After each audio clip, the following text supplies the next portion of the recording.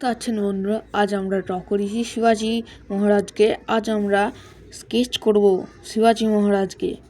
দেখতে থাকুন, সাবস্ক্রাইব করুন, লাইক করুন এবং ফলো করুন এবং কমেন্টও করুন। দেখতে আছেন সুন্দর করে করেছি, অনেক কষ্ট লাগে এরকম করতে। বন্ধুরা লাইক ও সাবস্ক্রাইব করে যান, ভালো লাগলে কমেন্টও করে যান।